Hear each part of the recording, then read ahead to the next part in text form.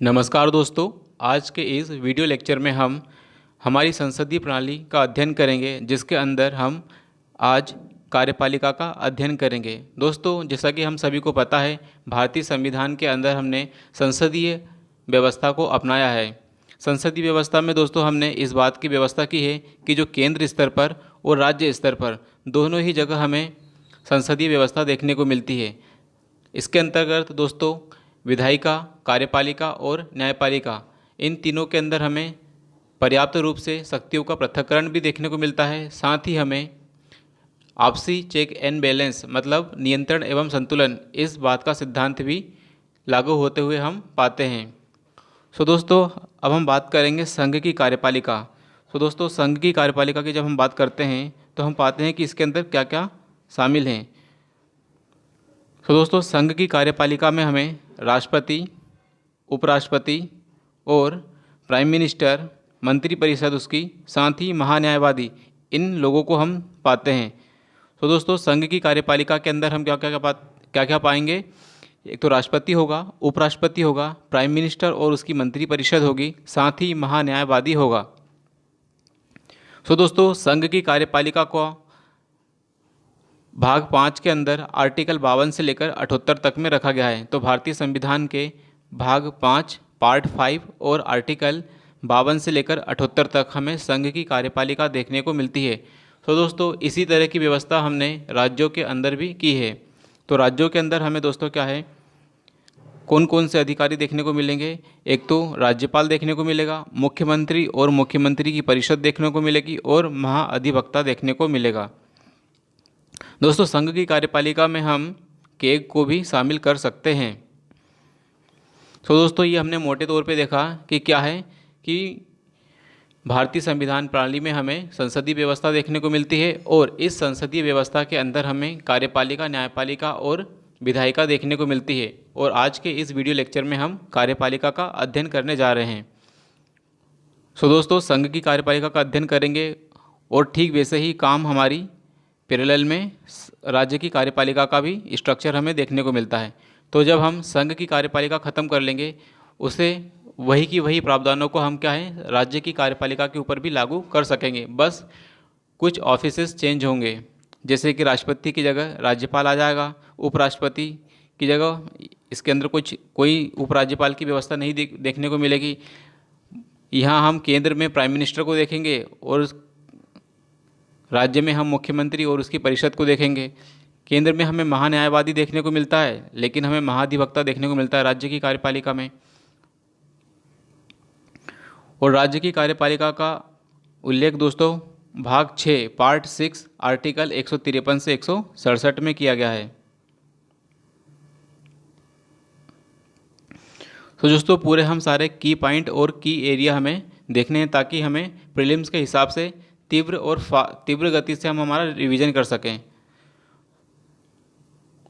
दोस्तों, संसदीय व्यवस्था क्या है, इसके अंदर कार्यपालिका जो है विधायिका के प्रति रिस्पॉन्सिबल होगी। मतलब दोस्तों, जो हमारी काउंसिल ऑफ मिनिस्टर्स है, या हम कहें कि हमारी जो सरकार है, जो सरकार का संचालन कर रही है, वो क्या होगी, हमारी संसद के प्रति, जिसे हम अपर हाउस कह सकते हैं, लोकसभा, उसके प्रति हमारी सरकारें जवाबदेह होगी, रिस्पॉन्सिबल होगी। तो यही हमारी संसदीय व्यवस्था का मूल ढांचा है। राष्ट्रपति जो होगा दोस्तों, भारत का प्रथम नागरिक होगा। तो भारत का प्रथम नागरिक कौन होगा, भारत का राष्ट्रपति होगा, जो कि राष्ट्र की एकता, अखंडता एवं का प्रतीक होगा। तो दोस्तों, भारत का यदि राष्ट्रपति है और वो निर्वाचित है, चाहे वह प्रत्यक्ष रूप से हो चाहे अप्रत्यक्ष रूप से, तो हमारे भारतीय राष्ट्रपति को क्या है, प्रथम नागरिक का दर्जा दिया गया है। साथ ही राष्ट्र की एकता और अखंडता का परिचायक भी उसे बनाया गया है। आर्टिकल 52 में दोस्तों हमें राष्ट्रपति के पद का प्रावधान देखने को मिलता है कि भारत का एक राष्ट्रपति होगा, जिसकी नियुक्ति अप्रत्यक्ष निर्वाचन से होगी। तो आर्टिकल 52 की बात करेंगे हम दोस्तों की राष्ट्रपति के पद के बारे में बात करता है। आर्टिकल 53 में दोस्तों समस्त कार्यपालिका की शक्ति किस में होगी, राष्ट्रपति में निहित होगी। तो आर्टिकल 53 कहता है कि जो भारत के अंदर जितनी भी कार्यपालिका शक्ति होगी, मतलब हमारी जो सरकार है, जो भी काम करेंगी, वे क्या हैं, सभी राष्ट्रपति के नाम से होंगे। अपने अधीनस्थ अधिकारियों के माध्यम से शक्तियों का प्रयोग करेगा।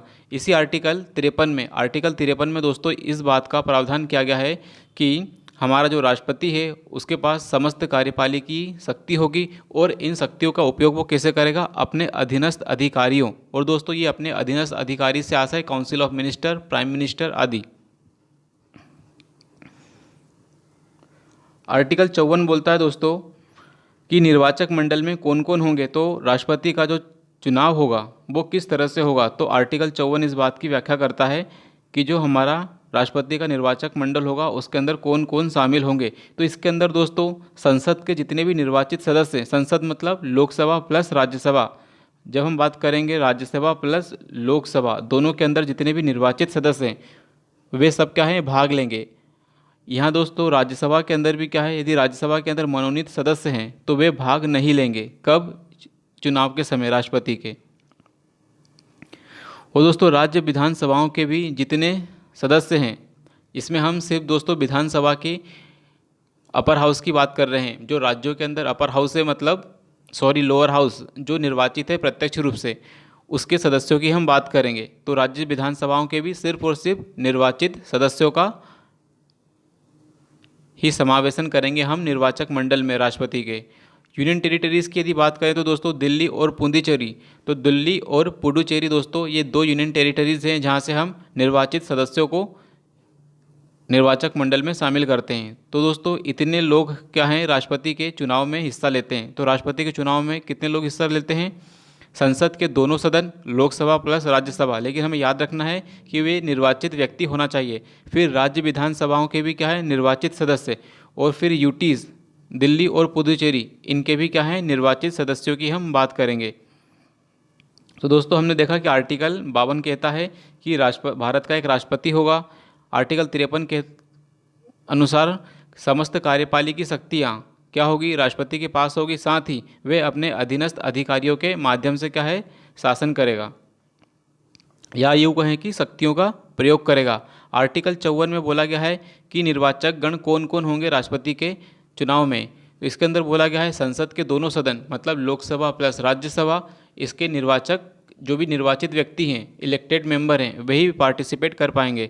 दूसरी बात की गई है राज्य विधानसभाओं के जो भी सदस्य होंगे, जो भी इलेक्टेड होंगे, वही पार्टिसिपेट करेंगे। साथ ही दिल्ली और पुडुचेरी की जो लोग हैं, दिल्ली और पुडुचेरी के जितने भी एमएलए हैं, वे जो निर्वाचित हैं वही इसमें पार्टिसिपेट कर पाएंगे।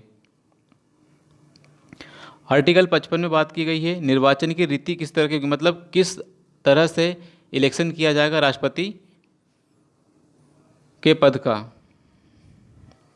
दोस्तों अप्रत्यक्ष चुनाव की बात की गई है कि जो हमारा राष्ट्रपति का चुनाव होगा उसका क्या होगा, इलेक्शन होगा, that would be indirect election. इसकी जो विधि होगी वो है अनुपातिक प्रतिनिधित्व की एकल संक्रमणीय विधि, और जो मतदान की प्रणाली होगी उसके अंदर गुप्त मतदान, मतलब एक गुप्त मतदान पेटी होगी, उसके अंदर सभी लोग अपना मतपत्र सबमिट करेंगे। तो इसके अंदर दोस्तों क्या बोला गया है कि जो अनुपातिक प्रतिनिधित्व की एकल संक्रमणीय प्रणाली का उपयोग करेंगे। इसके अंतर्गत क्या होता है दोस्तों कि एक निश्चित कोटा या एक निश्चित भाग हमें मतों का प्राप्त करना होता है, और इसके हिसाब से क्या होता है कि जो कुल वैध मत हैं और डिवाइड बाय कुल पद +1 एंड +1 का उपयोग हम करेंगे। तो ये उसका फार्मूला है दोस्तों, फार्मूला जो कि हमें याद बिल्कुल नहीं करना है, बस इतना पता करना है कि कुल कितने वैध मत पड़े हैं, कुल पद +1, नीचे +1 और टोटल +1। ये हमारा क्या है, इस तरह का एक कोटा प्रणाली है लाने के लिए कि इस तरह का वोटिंग सिस्टम के अनुसार ही हम क्या करेंगे, राष्ट्रपति का जो पद है उसको भरेंगे।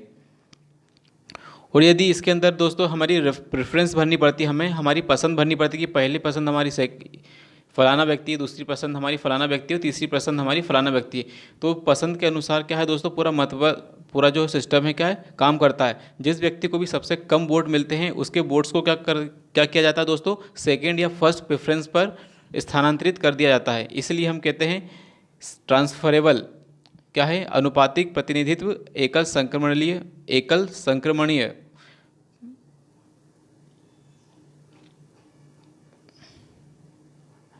प्रत्येक एमएलए का वोट क्या है, अलग अलग होगा। सो दोस्तों हमें याद रखना होगा, जो भी राष्ट्रपति का चुनाव होगा उसके अंदर जो प्रत्येक एमएलए है उसके वोट का मूल्य क्या होता है, अलग अलग होता है। क्योंकि दोस्तों वहाँ के जो राज्य है उस राज्य की जनसंख्या के आधार पर निर्धारित होता है एमएलए का वोट। और एमपी का वोट मूल्य दोस्तों होता क्या हो, एमपी का जो वोट है, चाहे लोकसभा का व्यक्ति हो चाहे राज्यसभा का, उन सभी एमपीज़ का वोट का मूल्य क्या होगा, समान होगा। अब एमपी के वोट का मूल्य कैसे निकालेंगे, सभी राज्यों के जितने भी एमएलए हैं उन सभी एमएलए का मूल्य प्लस संसद में निर्वाचित सदस्यों की कुल संख्या, मतलब टोटल निर्वाचित संख्या कितनी है, मतलब स्ट्रेंथ ऑफ हाउस की हम बात कर रहे हैं यहाँ पर, कि कितनी सदस्य संख्या है अभी हाउस में जो कि निर्वाचित है, मतलब लोकसभा और राज्यसभा में कितने लोग इलेक्टेड व्यक्ति हैं, उसी से हमारा एमपी का वोट वैल्यू डिसाइड होता है। तो सभी राज्यों के टोटल जितने भी एमएलए हैं उनका वोट का मूल्य डिवाइड बाय संसद में जो जितने भी निर्वाचित सदस्य हैं, जितने भी निर्वाचित सदस्य हैं उनका कुल संख्या। यदि दोस्तों चुनाव के अंदर किसी भी प्रकार का विवाद पाया जाता है तो सुप्रीम कोर्ट क्या है, फाइनल फैसला देता है। तो इंटरवेंशन कौन करता है यदि किसी प्रकार का विवाद आता है, तो सुप्रीम कोर्ट। तो दोस्तों राष्ट्रपति के चुनाव से संबंधित जितने भी विवाद होंगे वे क्या होंगे, सुप्रीम कोर्ट में सुने जाएंगे। अब दोस्तों आर्टिकल 56 की बात करेंगे। तो आर्टिकल 56 में क्या है, कब तक हमारा राष्ट्रपति अपने पद पर आसीन रह सकता है। तो इसके अनुसार बताया गया है कि 5 वर्ष तक।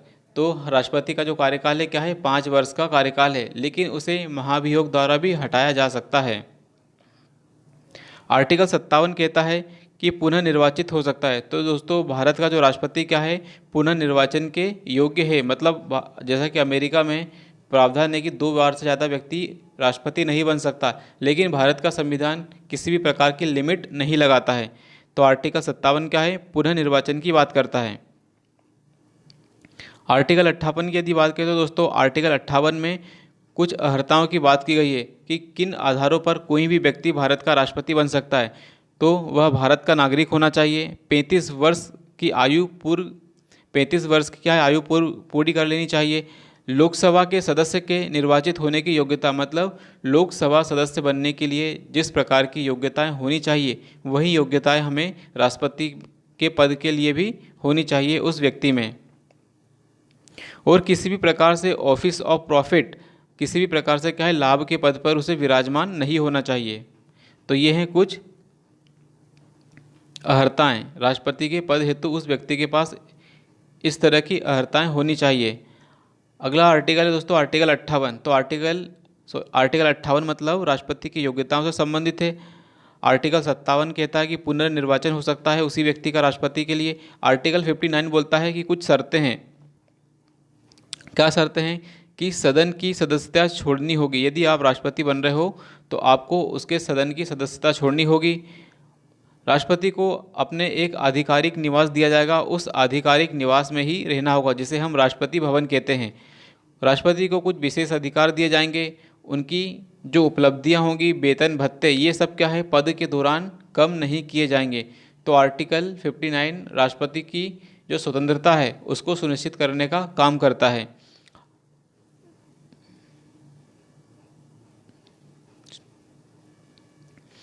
अब दोस्तों है आर्टिकल 60। आर्टिकल 60 कहता है कि कौन व्यक्ति है जो राष्ट्रपति को पद की शपथ दिलाएगा। तो दोस्तों हमारे जो चीफ जस्टिस ऑफ इंडिया है, हमारे सुप्रीम कोर्ट के जो चीफ जस्टिस ऑफ इंडिया हैं, मुख्य न्यायाधीश हैं, वही राष्ट्रपति को क्या है, शपथ दिलाने का काम करते हैं। आर्टिकल 61 कहता है कि राष्ट्रपति के ऊपर महाभियोग लगाया जा सकता है, मतलब impeachment of president can be done by article 61। सो दोस्तों ये इम्पीचमेंट कब लगाई जा सकती है, जब राष्ट्रपति ने संविधान का अतिक्रमण या संविधान का उल्लंघन किया हो। तो आर्टिकल 61 क्या है दोस्तों, राष्ट्रपति के इम्पीचमेंट से रिलेटेड है। आर्टिकल 61 राष्ट्रपति के इम्पीचमेंट से रिलेटेड है। अब इम्पीचमेंट के लिए दोस्तों क्या होगा, एक प्रस्ताव पारित करना होगा संसद के किसी भी सदन में, चाहे वो राज्यसभा हो चाहे लोकसभा। उसके अंदर क्या है दोस्तों, 14 दिन का हमें पहले से ही पूर्व नोटिस देना होगा। किसको, राष्ट्रपति को देना होगा और इस नोटिस को क्या है, सदन में रखा जाएगा। फिर जब सदन में रखा जाता है उसके बाद 1/4 द्वारा उसे हस्ताक्षरित किया जाना चाहिए, मतलब 25% लोगों के द्वारा हस्ताक्षरित होना चाहिए। फिर जब ये पहला सदन में पास हो जाता है तो उसे क्या है, 2/3 की मेजोरिटी से उसे पारित भी होना चाहिए। मतलब सबसे पहले तो उस प्रस्ताव को स्वीकार किया जाना चाहिए, स्वीकार के बाद उसके ऊपर मतदान होगा। तो उस मतदान में दोस्तों 2/3 कुल सदस्य संख्या का जो 2/3 हिस्सा है उससे बहुमत से पास करना होगा। और फिर यह बहुमत भी क्या है, सेम प्रोसेस को फॉलो करेगा दूसरे सदन में, उसके अंदर भी 2/3 मेजोरिटी से लोगों को पास करना होगा। तो दूसरे सदन में भी दोस्तों क्या है, इस प्रस्ताव को 2/3 बहुमत से पारित करना होगा। उसके बाद क्या है, राष्ट्रपति अपने पद से हट जाता है या अपना त्याग पत्र दे देता है। तो 2/3 की जो मेजोरिटी है दोस्तों हमें याद रखनी है। महाभियोग की यदि बात करें तो एक अर्ध न्यायिक प्रक्रिया है। तो महाभियोग क्या है दोस्तों, एक अर्ध न्यायिक प्रक्रिया है। महाअभियोग की जो प्रक्रिया है, निर्वाचन प्लस मनोनीत दोनों ही सदस्य क्या है, भाग लेते हैं। सो दोस्तों हम सभी ने पिछले देखा, हमने क्या है दोस्तों पीछे देखा कि जो राष्ट्रपति का निर्वाचन है उसके अंदर केवल लोकसभा और राज्यसभा प्लस राज्य विधानसभाओं प्लस यूटी, उन सभी के क्या है, निर्वाचित सदस्य ही भाग ले रहे थे। लेकिन यहाँ क्या है दोस्तों, मनोनीत सदस्य भी भाग लेंगे राज्यसभा के। और जब इम्पीचमेंट किया जाएगा दोस्तों तो सिर्फ और सिर्फ लोकसभा प्लस राज्यसभा के लोगों को हम लेंगे, ना कि विधानसभाओं और ना ही यूटीज़ को। राष्ट्रपति के द्वारा नियुक्ति किए जाने वाले लोग, तो वे कौन कौन से लोग हैं दोस्तों जो राष्ट्रपति के द्वारा नियुक्त किए जाते हैं, जिनकी नियुक्ति राष्ट्रपति के द्वारा की जाती है। तो दोस्तों हम उन लोगों की लिस्ट देखते हैं। जैसे प्राइम मिनिस्टर ऑफ इंडिया, तो पीएम की जो नियुक्ति है दोस्तों क्या है, राष्ट्रपति के द्वारा की जाती है। उसी तरह से अटॉर्नी जनरल, यस के controller and attorney general of India, और ऑडिटर जनरल ऑफ इंडिया के की नियुक्ति, इलेक्शन कमीशन, यूपीएससी के अध्यक्ष और उनके सदस्य, राज्यपाल की नियुक्ति, उपराज्यपाल की नियुक्ति। तो दोस्तों उपराज्यपाल का प्रावधान भी है, वित्त आयोग और सुप्रीम कोर्ट, हाई कोर्ट। तो दोस्तों इतने सारे पदाधिकारी हैं जिनकी नियुक्ति क्या है, राष्ट्रपति के द्वारा की जाती है। फिर से पढ़ लेते हैं, प्राइम मिनिस्टर की नियुक्ति, अटॉर्नी जनरल की नियुक्ति, कैग की नियुक्ति, इलेक्शन कमीशन ऑफ इंडिया की नियुक्ति, यूपीएससी की नियुक्ति, राज्यपाल, उपराज्यपाल, वित्त आयोग के सदस्यों की नियुक्ति, सुप्रीम कोर्ट और हाई कोर्ट के जजों की नियुक्ति। इन सभी की नियुक्ति क्या है दोस्तों, राष्ट्रपति के द्वारा की जाती है। अब दोस्तों राष्ट्रपति अपना पद कब रिक्त कर सकता है, जैसे कार्यकाल समाप्त हो जाए तब, यदि मृत्यु हो जाए, त्यागपत्र दे दे, महाभियोग हो जाए, निर्वाचन ही अवैध घोषित कर दिया जाए। तो ये सब क्या है दोस्तों, राष्ट्रपति के पद की रिक्तताओं की स्थितियां हैं।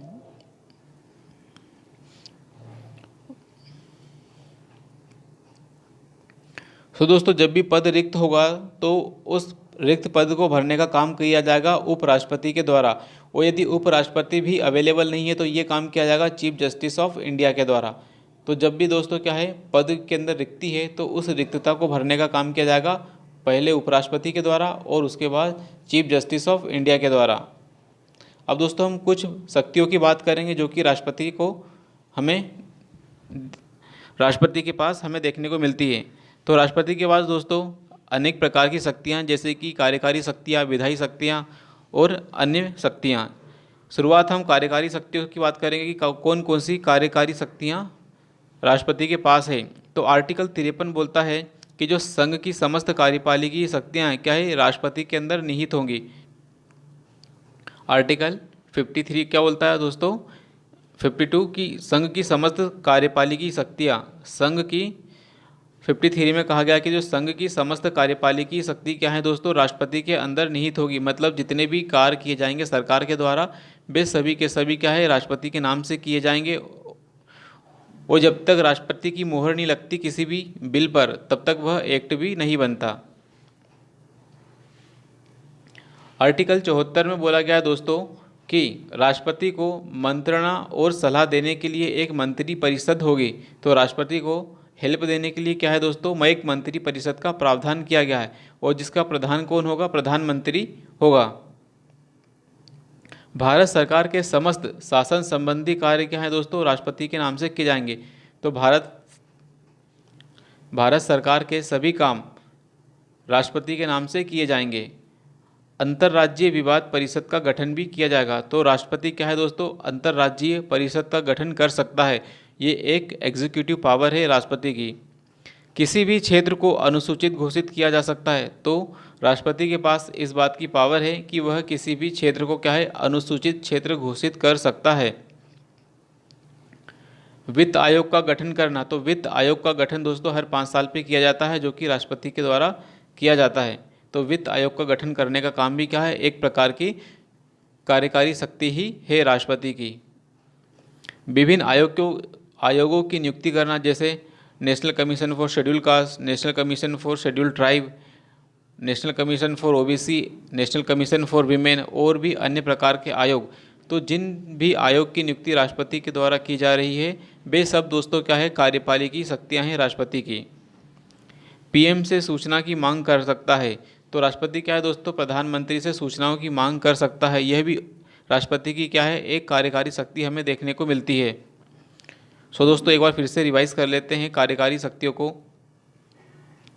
आर्टिकल 53 कह रहा है कि जो संघ की समस्त कार्यपालिकी शक्तियां क्या है, राष्ट्रपति में निहित होगी। आर्टिकल 74 एक बोल रहा है कि राष्ट्रपति को मंत्रणा और सलाह देने के लिए क्या है, एक मंत्री परिषद होगी।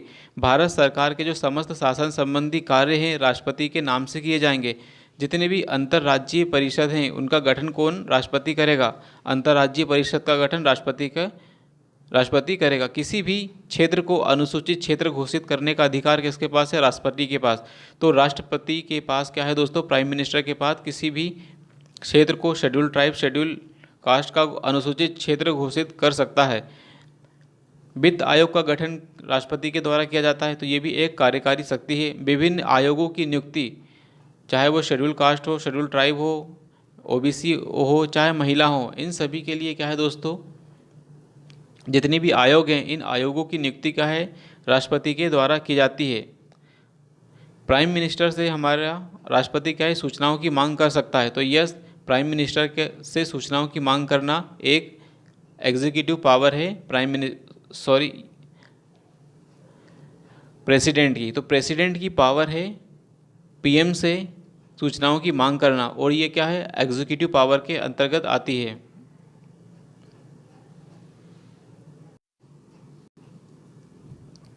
अब हम दोस्तों विधायी शक्तियों के ऊपर चर्चा करेंगे प्रेसिडेंट की, कि कौन कौन सी शक्तियां हैं जो लेजिस्लेटिव या विधायी शक्तियां हैं राष्ट्रपति के पास।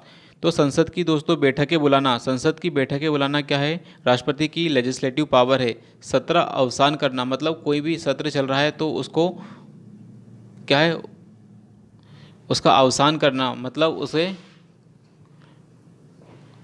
आखिरी पड़ाव पर छोड़ना, या ये कह सकते हैं कि सत्र अवसान करना। उसका विघटन की बात नहीं की जा रही, सत्र अवसान की बात की जा रही। तो सत्र अवसान कौन करेगा, राष्ट्रपति करेगा। संयुक्त अधिवेशन, तो दोस्तों संयुक्त अधिवेशन की जो प्रावधान है ज्वाइंट सिटिंग का, उसके अनुसार क्या है, कौन बुलाएगा, राष्ट्रपति। तो राष्ट्रपति ज्वाइंट सिटिंग बुलाता है और इसकी अध्यक्षता लेकिन लोकसभा के स्पीकर के द्वारा की जाती है। लेकिन जो ज्वाइंट सिटिंग बुलाना, संयुक्त अधिवेशन को बुलाना दोस्तों, ये क्या है, राष्ट्रपति की एक प्रकार से लेजिस्लेटिव पावर है। सत्र का विघटन करना भी दोस्तों क्या है, लेजिस्लेटिव पावर है राष्ट्रपति की। प्रत्येक वर्ष प्रथम अधिवेशन तथा प्रत्येक नए चुनाव के बाद संसद को संबोधित करना, यह भी क्या है दोस्तों, एक लेजिस्लेटिव पावर है हमारे राष्ट्रपति की। तो प्रथम अधिवेशन से आशा है दोस्तों, हर वर्ष क्या होता है, जैसे नया वर्ष आता है और उस नए वर्ष के पहला अधिवेशन, मतलब पहली सीटिंग में पहली बार जब बैठती है संसद नए वर्ष में, तो उसका अधिवेशन क्या है, राष्ट्रपति के द्वारा किया जाता है।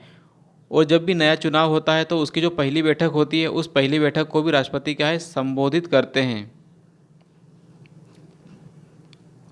लंबित विधेयक पर संसद को संदेश भेजने की शक्ति राष्ट्रपति को है। तो दोस्तों कोई विधेयक लंबित है और राष्ट्रपति चाहते हैं कि उसके ऊपर संसद काम करें, तो इस तरह का संदेश भेजने की जो शक्ति है दोस्तों क्या है, राष्ट्रपति के पास है। तो किसी भी लंबित विधेयक पर संसद को संदेश भेजने की शक्ति राष्ट्रपति के पास है, और ये जो उनकी शक्ति है उसे हम विधायी शक्ति के रूप में जानेंगे।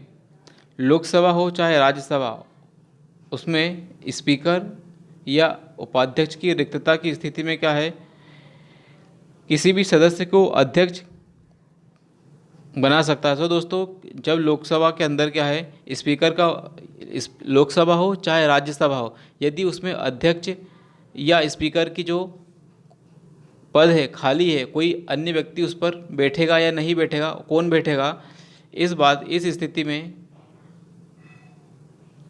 हमारे राष्ट्रपति के पास क्या है दोस्तों, एक लेजिस्लेटिव पावर है। वह इस बात का प्रावधान करता है कि कौन व्यक्ति रिक्तता की स्थिति में बैठेगा।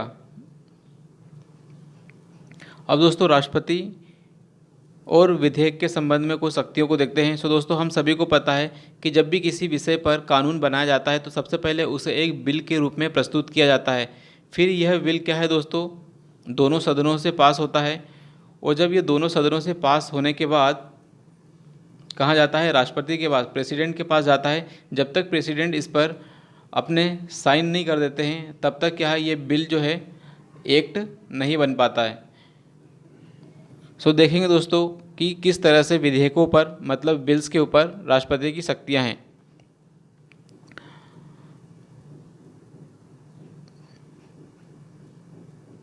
सो दोस्तों कुछ बिल ऐसे होते हैं जिस पर राष्ट्रपति की पूर्व मंजूरी हमें लेनी पड़ती है, जैसे कि आर्टिकल 13 के अनुसार क्या है दोस्तों, हम आर्टिकल 3 के अनुसार क्या है, हम नए राज्यों का निर्माण करते हैं। सो दोस्तों नए राज्यों का निर्माण करते समय क्या है, हमें राष्ट्रपति से पूर्व मंजूरी लेनी होती है। आर्टिकल 17 धन विधेयक के बारे में दोस्तों, जब भी हम धन विधेयक प्रस्तुत करते हैं दोस्तों, तो हम राष्ट्रपति की पूर्व सहमति से ही प्रस्तुत करते हैं, क्योंकि दोस्तों धन विधेयक को राष्ट्रपति को पास करना अनिवार्य बनाया गया है। आर्टिकल 274 में क्या बात की गई, यदि आप कृषि आय की परिभाषा में परिवर्तन करते हैं तो आपको उससे राष्ट्रपति की पूर्व मंजूरी लेनी होगी। तो आर्टिकल 274 में कहा गया है दोस्तों कि यदि कृषि आय, एग्रीकल्चर इनकम में यदि आप किसी भी प्रकार की उसकी परिभाषा में परिवर्तन करते हो तो उसके लिए आपको उस बिल के लिए राष्ट्रपति की पूर्व मंजूरी लेनी होगी। आर्टिकल 304 में कहा गया है दोस्तों कि व्यापार एवं वाणिज्य की जो स्वतंत्रता है, यदि वह किसी भी प्रकार से प्रभावित होगी तो उसके लिए भी क्या है, आपको उस बिल के लिए राष्ट्रपति की पूर्व मंजूरी लेनी होगी। जैसे कि दोस्तों जीएसटी बिल था, इससे क्या पूरे वाणिज्य एवं व्यापार में एक नया बदलाव आया, तो इस नए बदलाव के लिए राष्ट्रपति की पूर्व मंजूरी से ही इस तरह के बिलों को लाया जा सकता है। कोई भी ऐसा बिल दोस्तों जो भारत की संचित निधि पर क्या है प्रभाव डालने वाला हो, तो यदि कोई भी बिल जो भारत की संचित निधि पर किसी प्रकार से क्या है प्रभाव डालता हो तो उस बिल को भी क्या है राष्ट्रपति की पूर्व मंजूरी से ही लाया जा सकता है। टैक्स से संबंधित कुछ विधेयक, तो टैक्स से संबंधित विधेयक भी क्या है दोस्तों राष्ट्र की पूर्व सहमति से ही लाए जाते हैं। दोस्तों पूर्व सहमति इसलिए ज़्यादा जरूरी होती है क्योंकि उस बिल को क्या है कार्यपालिका के द्वारा पास कराया जाना जरूरी होता है, इसलिए कुछ बिल ऐसे होते हैं जो राष्ट्रपति की पूर्व सहमति से ही लाए जाते हैं। सो दोस्तों एक बार फिर से रिवाइज कर लेते हैं कि कौन कौन से बिल हैं जिनके लिए राष्ट्रपति की पूर्व मंजूरी की आवश्यकता होगी। तो आर्टिकल 3 के अनुसार यदि हम नए राज्य का निर्माण कर रहे हैं तो दोस्तों हमें क्या है बिल पर पूर्व मंजूरी लेनी होगी। आर्टिकल 117 के तहत यदि हम धन विधेयक प्रस्तुत कर रहे हैं तो धन विधेयक के लिए भी हमें राष्ट्रपति की पूर्व मंजूरी लेनी होगी। आर्टिकल 274 की यदि बात करें, इसके अंदर कहा गया है कि जो कृषि आय है उस कृषि आय में यदि हम परिभाषा को परिवर्तित करते हैं या उसके अंदर कोई चेंज लाते हैं तो उसके लिए भी हमें क्या होए, हमें राष्ट्रपति की पूर्व मंजूरी लेनी होगी उस बिल को प्रस्तुत करने से पहले। आर्टिकल 304 में कहा गया कि व्यापार और वाणिज्य की स्वतंत्रता यदि किसी भी तरीके से प्रभावित होती है, वाणिज्य और व्यापार की यदि स्वतंत्रता किसी भी तरीके से दोस्तों प्रभावित होती है तो हमें बिल लेकर आना पड़ेगा, उस बिल पर क्या है पूर्व मंजूरी लेनी पड़ेगी राष्ट्रपति की। यदि संचित निधि पर किसी तरीके से नेगेटिव इम्पैक्ट पड़ रहा है या किसी प्रकार का प्रभाव पड़ रहा है तो दोस्तों क्या है, इस स्थिति में भी क्या है, हम पूर्व मंजूरी लेंगे राष्ट्रपति से। और टैक्स संबंधी विधेयक भी है तो उस टैक्स संबंधी विधेयक पर भी हमें पूर्व मंजूरी लेनी होगी राष्ट्रपति की। सो दोस्तों हमने देख लिया कि राष्ट्र कौन कौन से बिल हैं जिनके लिए हमें पूर्व मंजूरी लेनी होगी। अब दोस्तों कौन कौन से बिल हैं जिनके ऊपर राष्ट्रपति के पास यदि जाते हैं तो राष्ट्रपति क्या है, उनको पुनर्विचार के लिए करता है। तो सभी प्रकार के बिल की बात की जा रही है। तो यदि सभी प्रकार के बिल यदि राष्ट्रपति के पास जा रहे हैं तो कुछ बिल ऐसे होते हैं जिनके लिए राष्ट्रपति क्या क्या कर सकता है, राष्ट्रपति सहमति दे सकता है, राष्ट्रपति अपनी सहमति को सुरक्षित रख सकता है, और राष्ट्रपति ये भी कर सकता है कि वह अपनी क्या कर सकता है, उस बिल को पुनर्विचार के लिए वापस सदन के पास भेज सकता है। तो 3 काम क्या है हमारा राष्ट्रपति कर सकता है बाकी बिलों के संदर्भ में। तो जो बाकी बिल होंगे उसके लिए क्या है कि राष्ट्रपति क्या है, सहमति दे भी सकता है, अपनी सहमति सुरक्षित भी रख सकता है और पुनः विचार हेतु भेज भी सकता है। तो ये 3 काम राष्ट्रपति कर सकता है अपने पुनर्विचार के अधिकार के अंतर्गत। और ये क्या है दोस्तों, एक प्रकार का राष्ट्रपति की शक्ति है और ये एक प्रकार की लेजिस्लेटिव शक्ति है दोस्तों। आर्टिकल 111 की हम बात करेंगे, इसके अंदर वीटो की शक्ति है दोस्तों।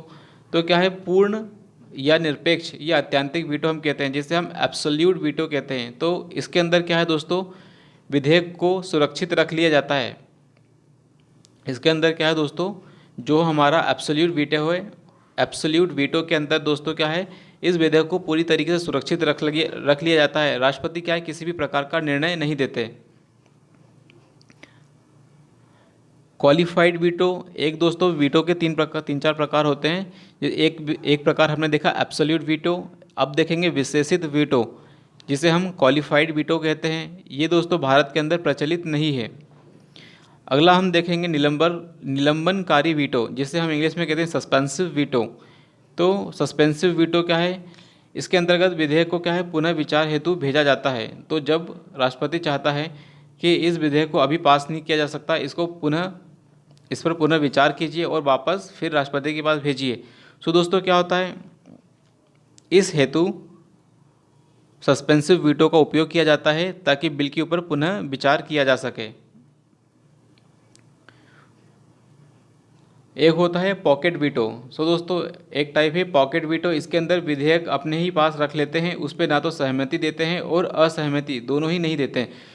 और इस वीटो के मामले में दोस्तों भारत का जो राष्ट्रपति है अमेरिका के राष्ट्रपति से ज़्यादा अच्छी स्थिति में है, क्योंकि अमेरिका के राष्ट्रपति को कुछ दिनों के बाद अपनी सहमति देनी ही होती है, लेकिन भारत का जो राष्ट्रपति है दोस्तों अनलिमिटेड टाइम तक क्या है, अपनी सहमति या असहमति को रोक के रख सकता है।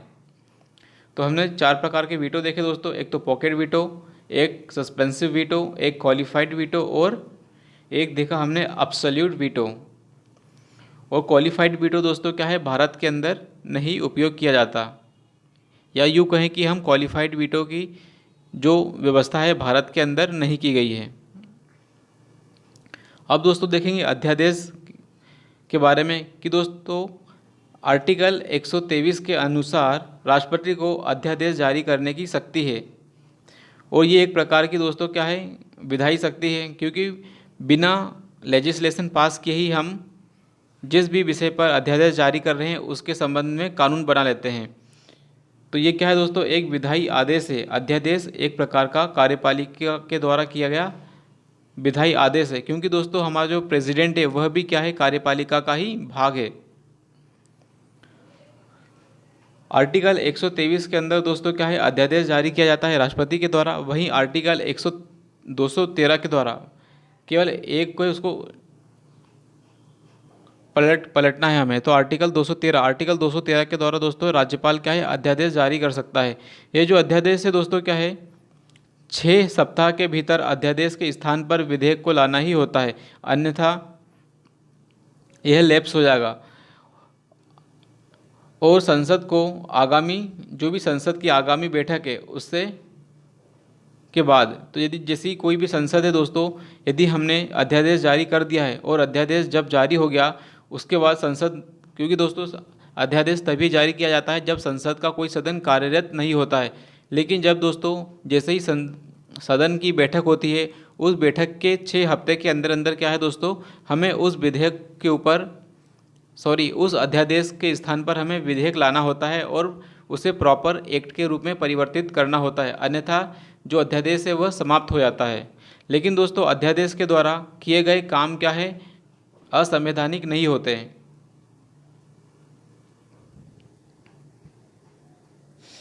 अध्यादेश की यदि हम बात करें तो दोस्तों आर्टिकल जब 13 पढ़ते हैं उसके अंदर बोलता है कि कोई भी ऐसी विधि जो मूल अधिकारों से असंगत हो उसका क्या करेंगे, हम असंवैधानिक घोषित कर सकते हैं, नल एंड वाइड घोषित कर सकते हैं। तो अध्यादेश क्या है, आर्टिकल 13 के अधीन न्यायिक समीक्षा के दायरे में है। तो क्या है दोस्तों, अध्यादेश भी क्या है, जुडिशियल रिव्यू के दायरे में है। अध्यादेश का भी जुडिशियल रिव्यू किया जा सकता है। दोस्तों एक ही विषय पर बार बार अध्यादेश लाना संविधान के साथ क्या है, धोखा है, और इसे सुप्रीम कोर्ट ने डीसी बाधवा केस में कहा था, और ये सेपरेशन ऑफ पावर का भी उल्लंघन है। तो जब भी हम बार बार अध्यादेश लाते हैं और एक ही विषय पर बार बार अध्यादेश लाते हैं दोस्तों, तो ये क्या है, संविधान के साथ धोखा होता, संविधान के साथ एक प्रकार का धोखा है और सेपरेशन ऑफ पावर का उल्लंघन है। क्योंकि जो काम एक विधायी प्रक्रिया के द्वारा होता है, आपने कार्यकारी आदेश के द्वारा इसे पूरा कर लिया है। क्योंकि दोस्तों किसी भी विषय पर कानून बनाने के लिए संसद के दोनों सदनों में उसे पास करना होता है और फिर उसे राष्ट्रपति के पास भेजना होता है, तभी किसी विषय पर कोई बिल अपना एक्ट का रूप धारण करता है।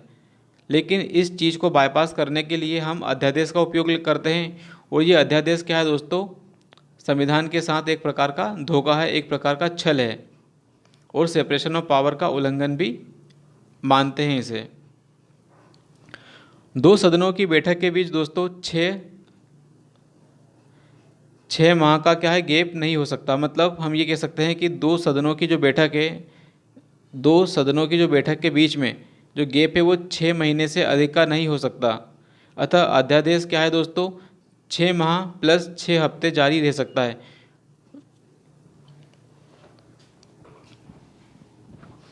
तो दोस्तों हमने देखा कि किस तरह से कोई अध्यादेश क्या है, 6 महीने प्लस 6 हफ्ते ही जारी रह सकता है, क्योंकि दो सेशंस के बीच में जो गैप है वो दोस्तों क्या है, 6 महीने का गैप स्वीकार किया गया है। भारतीय संविधान एवं राज्यों के विधेयक राष्ट्रपति और राज्यों के विधेयक के अंदर क्या है प्रावधान। तो दोस्तों जिस तरह से संसद में, या फिर हम ये कहें कि केंद्र के अंदर हमें संसद देखने को मिलती है जिसमें हम upper house and lower house देखते हैं, उसी तरीके से सेम प्रावधान क्या है दोस्तों, हमारे राज्यों के अंदर भी हमने संसदीय प्रणाली को अपनाया है। उसके अनुसार राज्यों के अंदर भी विधानसभाएं क्या है, विधानसभाएं कानून बनाने का काम करती है, और राज्यपाल जो है दोस्तों केंद्र के प्रतिनिधि के रूप में काम करता है। तो विधानसभा के द्वारा पारित कोई भी विधेयक को अपने अधीनस्थ अधिकारी जिसे हम राज्यपाल के नाम से जानते हैं, तो क्या है, अधीनस्थ अधिकारी के माध्यम से असंवैधानिक विधानों को रोका जा सकता है या रोक लगाने का काम किया जाता है। तो राष्ट्रपति जो है अपने अधीनस्थ अधिकारी के माध्यम से राज्यों पर नियंत्रण रखने का काम भी करता है, ताकि वह कोई भी असंवैधानिक गतिविधियों या असंवैधानिक कार्यों का संपादन ना करें।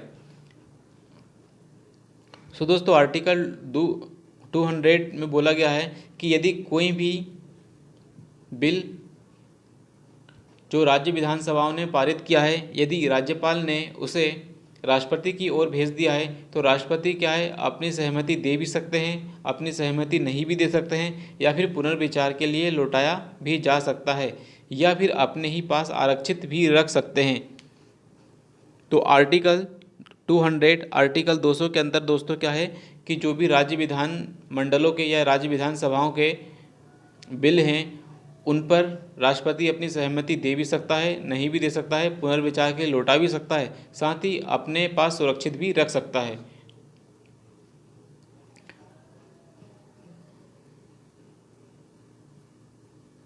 तो दोस्तों अब हम राष्ट्रपति की न्यायिक शक्तियों के बारे में पढ़ेंगे कि राष्ट्रपति की न्यायिक शक्तियाँ क्या क्या है। तो आर्टिकल 124 में सुप्रीम कोर्ट की व्यवस्था आर्टिकल 124 में सुप्रीम कोर्ट के जो जजों की नियुक्ति क्या है, राष्ट्रपति करेगा। तो ये एक प्रकार की क्या है, न्यायिक शक्ति होगी राष्ट्रपति के पास। आर्टिकल 217 में बोला गया है कि हाई कोर्ट के जजों की नियुक्ति भी क्या है, राष्ट्रपति करेगा। तो ये हमें पता चल गया आर्टिकल 124 और आर्टिकल 217 इसके अनुसार क्या है, हाई कोर्ट और सुप्रीम कोर्ट के जजों की नियुक्ति क्या है, राष्ट्रपति के द्वारा की जाएगी। तो आर्टिकल 124 के अनुसार सुप्रीम कोर्ट के जो जज हैं उसके जजों की नियुक्ति क्या है, राष्ट्रपति के द्वारा की जाएगी। आर्टिकल 217 में भी क्या है, हाई कोर्ट के जजों की नियुक्ति क्या है दोस्तों, राष्ट्रपति के द्वारा की जाएगी। आर्टिकल 143, अब हम बात करेंगे आर्टिकल 143, इसके अनुसार क्या है दोस्तों, हमारा जो राष्ट्रपति है सुप्रीम कोर्ट जो है उससे सलाह ले सकता है। तो ये क्या है, सुप्रीम कोर्ट की सलाहकारी शक्ति भी है और राष्ट्रपति की न्यायिक शक्ति भी है, क्योंकि वह न्यायालय से कंसल्ट कर रहा है। तो आर्टिकल 124 सुप्रीम कोर्ट के जजों की नियुक्ति राष्ट्रपति के द्वारा, आर्टिकल 217 हाई कोर्ट के जजों की नियुक्ति किसके द्वारा, राष्ट्रपति के द्वारा। साथ ही आर्टिकल 113 इसके अंदर क्या है, सुप्रीम कोर्ट से सलाह लेने की शक्ति है राष्ट्रपति की। अब आर्टिकल 72 की बात करेंगे दोस्तों कि आर्टिकल 72 में क्या है, राष्ट्रपति की शक्तियाँ। सो दोस्तों आर्टिकल 72 के अनुसार राष्ट्रपति के पास कुछ न्यायिक शक्तियाँ हैं। क्षमादान की शक्ति है, पूरी तरीके से पार्डन कर सकते हैं। प्रविलंबन मतलब रेस्पाइट की शक्ति है, विराम की शक्ति है, परिहार की शक्ति है और लघुकरण की शक्ति है। प्रविलंबन मतलब रिप्राइव, विराम मतलब रेस्पाइट, परिहार मतलब रेमिशन, लघुकरण मतलब कम्यूटेशन। सो देखते हैं दोस्तों इन पांचों में क्या अंतर है। सो दोस्तों पहले तो बात की गई, क्षमा की बात की गई है कि सज़ा को पूरी तरीके से समाप्त कर सकता है। तो पार्डन में क्या होता है दोस्तों कि राष्ट्रपति जो है किसी भी व्यक्ति को, यदि उसके पास क्षमा याचिका जाती है तो राष्ट्रपति अपनी विवेक अनुसार क्या है, उस व्यक्ति को पूरी तरीके से सज़ा से मुक्त कर सकता है। उसके ऊपर से दोष को भी मुक्त कर सकता है, साथ ही उसकी सज़ा को भी पूरी तरीके से मुक्त कर सकता है। अगली बात करेंगे प्रविलंबन की। तो इसके अंदर दोस्तों क्या है, दंड के आदेश को टालना। मतलब जैसे कोई लड़की गर्भवती है तो इस समय वह सज़ा पाने की हकदार नहीं होती, क्योंकि उसकी कोख में छोटा सा बच्चा भी पल रहा है।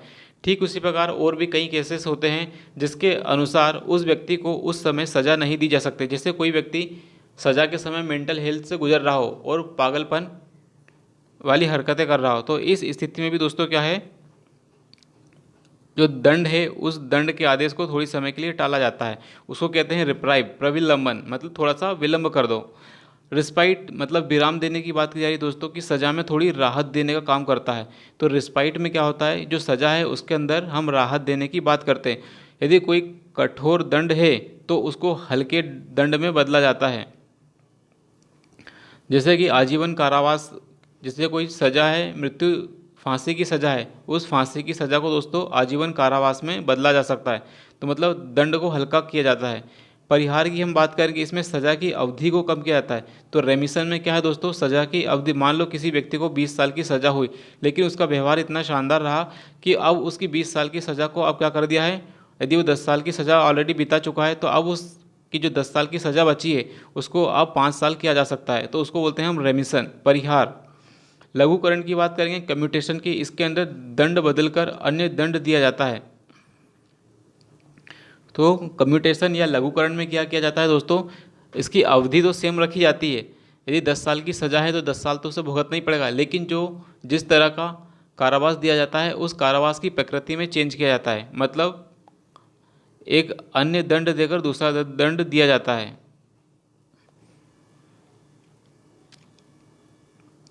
राष्ट्रपति के निर्णय की न्यायिक समीक्षा नहीं हो सकती। सो दोस्तों इस आर्टिकल 72 के अनुसार जब राष्ट्रपति किसी को क्षमादान देता है या किसी प्रकार की राहत देता है तो इसकी न्यायिक समीक्षा नहीं की जा सकती। इस आधार पर न्यायिक समीक्षा नहीं की जा सकती कि किस आधार पर राष्ट्रपति ने उन्हें अपने दोषों से मुक्त किया है। राष्ट्रपति का जो निर्णय है कारण बताने के लिए बाध्य भी नहीं है।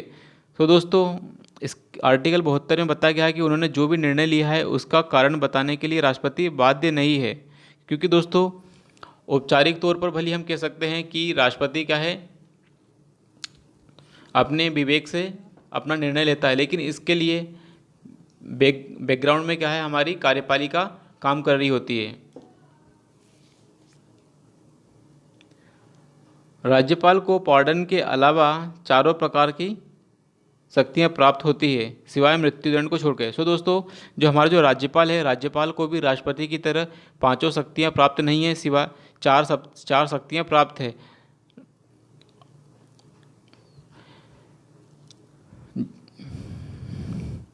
तो दोस्तों, जो पूरी तरीके से क्षमा दान करने की जो शक्ति है, वो सिर्फ और सिर्फ क्या है, हमें याद रखनी है कि हमारे राष्ट्रपति के पास है। साथ ही मृत्युदंड को क्षमा नहीं कर सकते। साथ ही सेवा न्यायालय, जो भी हमारे सेना न्यायालय हैं, हमारे मार्शल कोर्ट हैं, उनकी केसेस की सुनवाई भी हमारा सिर्फ और सिर्फ राष्ट्रपति करेगा, ना कि राज्यपाल। तो राज्यपाल पार्डन नहीं कर सकता, मतलब पूरी तरीके से क्षमा दान नहीं दे सकता। साथ ही मृत्युदंड को भी पूरी तरीके से टाल नहीं सकता। साथ ही जो सेना न्यायालय हैं, मार्शल कोर्ट हैं, उनके विरुद्ध भी अपनी न्यायिक शक्तियाँ का उपयोग नहीं कर सकता। कौन? राज्यपाल।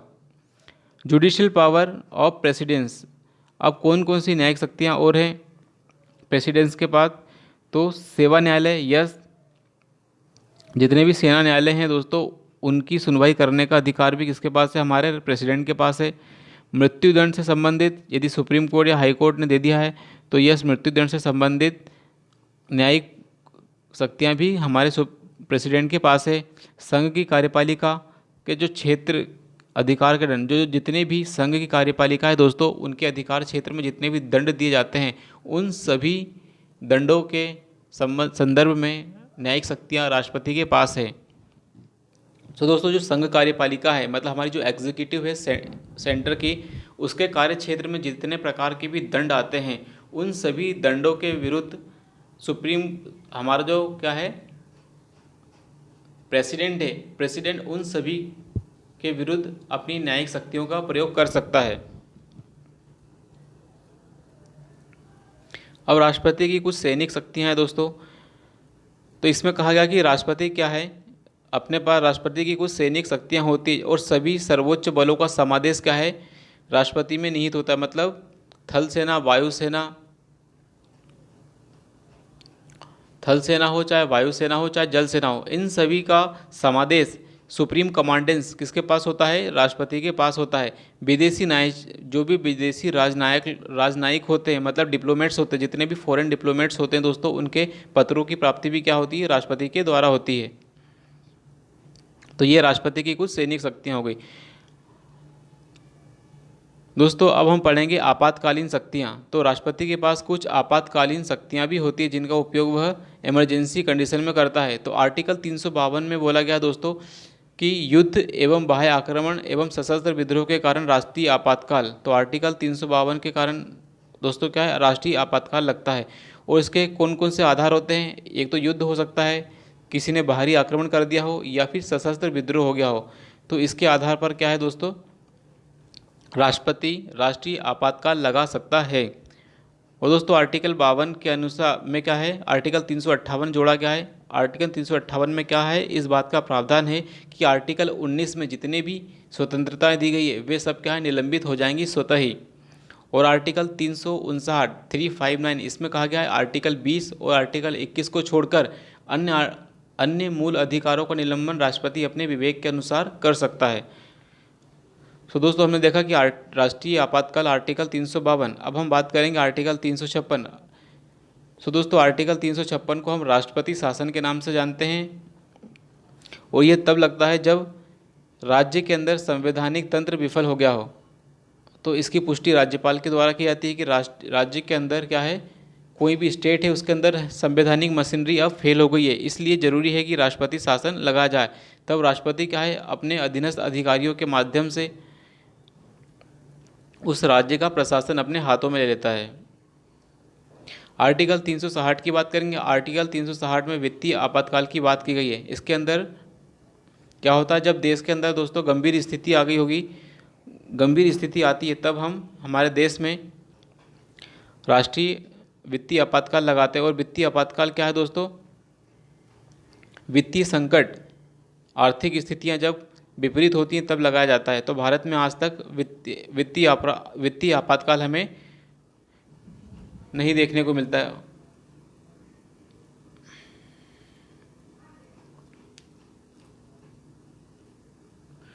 आर्टिकल 74 की बात करेंगे। आर्टिकल 74 में राष्ट्रपति की सहायता एवं सलाह के लिए एक मंत्री परिषद होगी। तो आर्टिकल 74 में क्या कहा गया है कि राष्ट्रपति और उसकी सलाह के लिए क्या है दोस्तों, एक मंत्री परिषद होगी, जिसका प्रधान कौन होगा, प्रधानमंत्री होगा।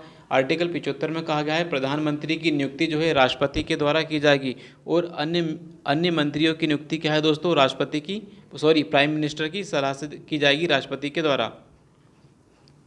तो आर्टिकल 75 में क्या है दोस्तों, प्राइम मिनिस्टर की नियुक्ति की बात की गई है कि जो प्राइम मिनिस्टर की नियुक्ति है राष्ट्रपति के द्वारा की जाएगी और प्राइम मिनिस्टर के अधीन एक मंत्री परिषद होगी या फिर प्राइम मिनिस्टर की अध्यक्षता में एक मंत्री परिषद होगी, जिसकी सलाह एवं सहायता से राष्ट्रपति शासन करेगा। 91वां संविधान संशोधन जोड़ा गया दोस्तों। इसके अंदर बोला गया कि जो मंत्री परिषद है उनकी सदस्यों की संख्या क्या है, 15% से अधिक नहीं होगी। किसके 15%? कुल सदस्य संख्या का। तो 91वां संविधान संशोधन इसके अंदर बोला गया है कि 15% से अधिक नहीं होगी मंत्री परिषद की संख्या। हाँ, मंत्री परिषद क्या होती है दोस्तों? मंत्री परिषद की यदि बात करें तो मंत्री परिषद के अंदर कैबिनेट मंत्री होता है, कैबिनेट मंत्री के सहायक मंत्री होते हैं, साथ ही राज्य मंत्री होते हैं स्वतंत्र प्रभार। तो राज्य मंत्री दो प्रकार के होते हैं, कैबिनेट मंत्री का सहायक और राज्य मंत्री स्वतंत्र प्रभार, और फिर कुछ उप मंत्री हमें देखने को मिलते हैं। तो कैबिनेट में क्या होता है, प्राइम मिनिस्टर प्लस मंत्री होते हैं, और राज्य मंत्री में कैबिनेट मंत्री का सहायक मंत्री और एक राज्य मंत्री होता है जिसे हम स्वतंत्र प्रभार कहते हैं। तो दोस्तों मंत्री परिषद को हम एक अलग वीडियो में डिटेल में डिस्कशन करेंगे। इस वीडियो में हम सिर्फ राष्ट्रपति और कार्यपालिका एग्जीक्यूटिव का अध्ययन करेंगे। एक होती है किचन कैबिनेट दोस्तों। किचन कैबिनेट में क्या होता है, इसके अंदर 15 से 20 मंत्रियों का एक लघु निकाय है। तो किचन कैबिनेट क्या है दोस्तों, 15 से 20 खास मंत्रियों का क्या है, एक लघु निकाय है। क्योंकि दोस्तों हमें डिसीजन तीव्र गति से लेने होते हैं, इसलिए हमें किचन कैबिनेट की ज़रूरत पड़ती है। मंत्री परिषद क्या करेगी, मंत्री परिषद दोस्तों एक बड़ा निकाय है। इसके अंदर 60 से 70 लोग होते हैं। किचन कैबिनेट में क्या है दोस्तों, 15 से 20 लोग रहते हैं। किचन कैबिनेट में क्या है, किचन कैबिनेट में 15 से 20 लोग रहते हैं, लेकिन मंत्री परिषद में 60 से 70 लोग रहते हैं।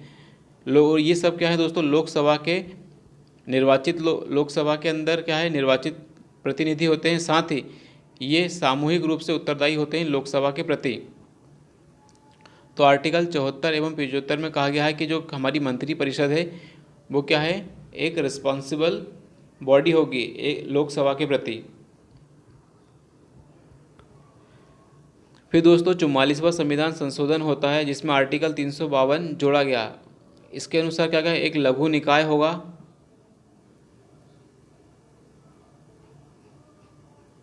एक लघु निकाय क्या है, उसकी बात करिए 15 से 20। ये जो 15 से 20 की बात करेंगे दोस्तों, जो 15 से 20 जो किचन कैबिनेट की व्यवस्था है वो 44वें संविधान संशोधन के माध्यम से हमें देखने को मिली है।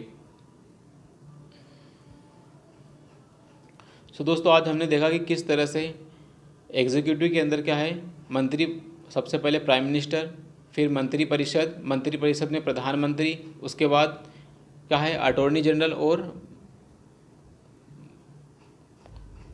महान्यायवादी हम कहते हैं जिसे, और केग। ये सब क्या है दोस्तों, हमारी कार्यपालिका के प्रमुख अंग हैं। ठीक इसी प्रकार की व्यवस्था दोस्तों हमें राज्यों के स्तर पर भी देखने को मिलती है। राज्यों में हमें राज्यपाल देखने को मिलेगा, फिर उसके अंदर मुख्यमंत्री और उसकी अधीन मंत्री परिषद देखने को मिलेगी, साथ ही महाधिवक्ता देखने को मिलेगा। तो दोस्तों हमने देखा कि किस तरह से हमारी जो कार्यपालिका है गठित की गई है और किस तरह से काम करती है। तो दोस्तों अगले वीडियो में हम पूरी तरीके से इसके ऊपर सिर्फ और सिर्फ MCQ लेकर आएंगे, जो कि अगला वीडियो सिर्फ और सिर्फ इस टॉपिक पर MCQ होगा, जिसके अंदर हम अभी तक जितने भी MCQ पूछे गए हैं, स्टेट PSC हो चाहे UPSC हो, उनका अध्ययन करेंगे।